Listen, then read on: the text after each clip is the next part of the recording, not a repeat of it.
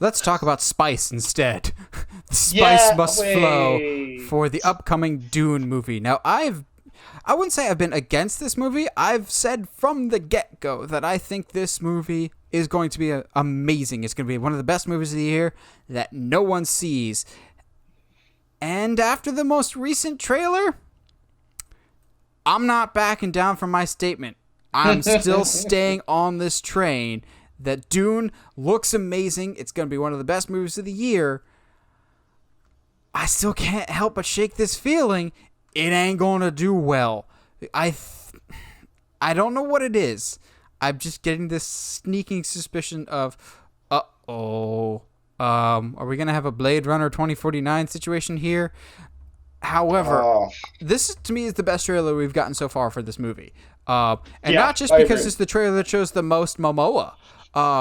It's the trailer that shows the most of the entire cast. Like, it's not just like quick shots of, oh, here's this cool looking dude in armor, or here's Timothée Chalamet, who is not playing Robin. People, stop spreading that rumor. Stop letting me fall for that.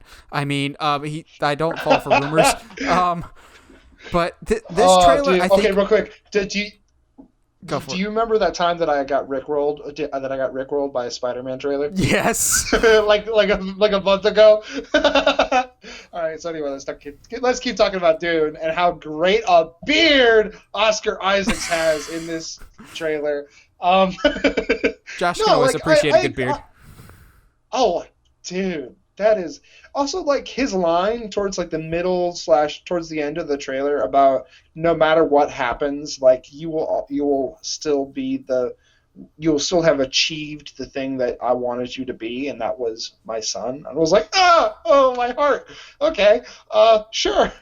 So, as someone that has not read the book, I'm just going, so he's going to die horribly then, oh, right? He's absolutely going to die. He's getting Mufasa, right? But then again, there's going to be all those snobby, like, Dune people that just go, he does not die at all. He lives forever. Or he doesn't die in this book, but he'll die in the next one. Because, again, people, this is the first book only getting split into 2 chapters, which I'll be very curious how they split this up. Because this feels like a complete movie here.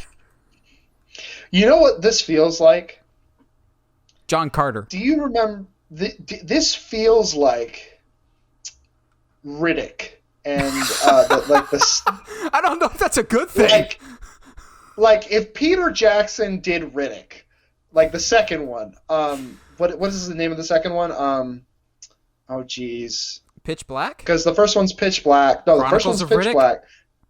Chronicles of Riddick. Yeah, and then Riddick is the third one. Yeah, but it's like if Peter Jackson was given $1 billion and was like, we want you to remake Riddick, but with no Vin Diesel. And he was like, I got you, bro. Here, let's do Dune. But here's the thing.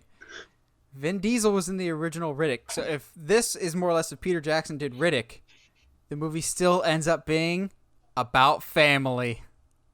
I want to throw my chair. Oh, no. How did the Vin Diesel memes get into our podcast? How is this happening? Oh, okay. But on a serious note, though, unfortunately, I feel like I feel the same. I think this is because I don't know about you, but I really liked Blade Runner 2049. Oh, I love Denis Villeneuve so much. It's so good, but I did not see it in theaters because I wasn't sure about it. And I unfortunately think if this is going to be the same case with Dune, people are going to be like, not sure. I'll go see something else. I'll go see Snake Eyes. Anyway, I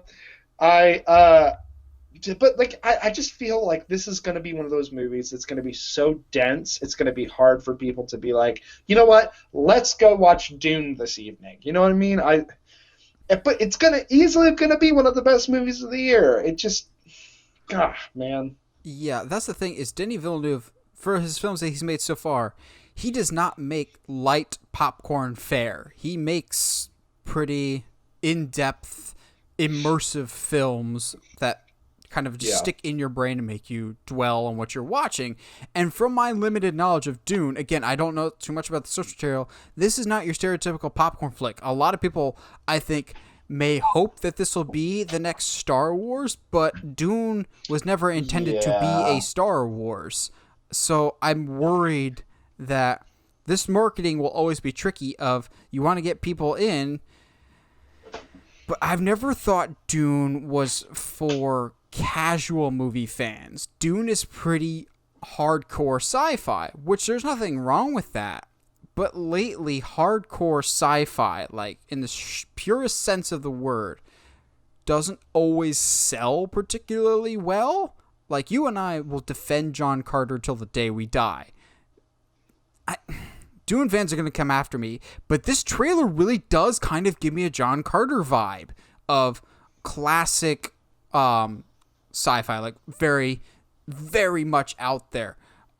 Valerian and the City of a Thousand Planets. Not the best movie, but an original sci-fi concept. I think hard sci-fi, especially one as cerebral as this, because again, Dune, from my knowledge, is very much kind of much more politically minded in terms of this person has an alliance with this person. This is what's happening over here, as opposed to good guy, bad guy. This is everything that's happening. It's like more straightforward. This is much more all-encompassing of a universe, and I don't think it's going to be as straightforward and hold your hand as some audiences may want it to be.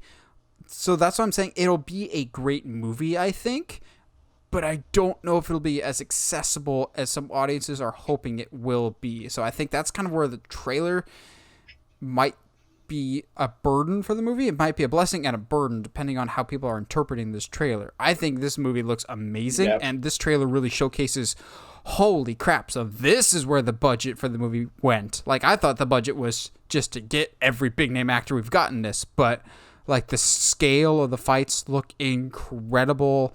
When I don't know, was it the base or the home or wherever gets attacked? I'm like, that looks spectacular. The size and the scale of this looks incredible. It's just a matter of how accessible will this movie be. Plus, there's still that ongoing legal battle that's going on of, will this be a theatrical only release, or will it be like every other HBO Max movie of theatrical and HBO Max same day? Because if that's the case, this movie's definitely dead on arrival. Like, it's already hurt. It's already hurt Mortal Kombat. It's hurt Space Jam. And I don't. This movie is meant to be seen on a big screen. I just don't know if people will be. I just don't know. I still can't shake this doubt off of me. I'd like to think that having it on HBO Max might actually help it. I don't know if it'll help it as far as making money at the box office, obviously, but it'll at least, I think it has a better chance of getting in front of people if you have that split. Yeah, that makes sense. Because some people will not be willing to go pay. By the way, I paid $16 to see Snake Eyes, so that was cool. Was it at least like an IMAX or something? Like, I want it that. I mean, it was in like a good theater, I guess. It had the nice seats. I don't know. It was an AMC, if that tells you anything. Oh, yeah. That explains it. But I want to believe that X-Men? having it split will get it in front of more eyeballs. But see, here's where I disagree. Anyway.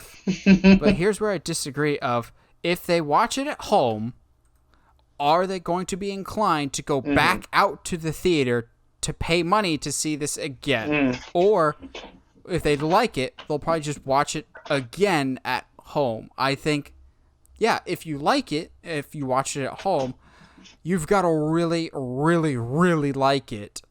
Or just be one of those weird people that be like, well, I'll see it in theaters, in which case you probably were already going to see it in theaters. I don't know if I agree with the logic of just like, if people really like it, then they'll watch it again. They'll pay money to see it again in theaters. Maybe. Who knows?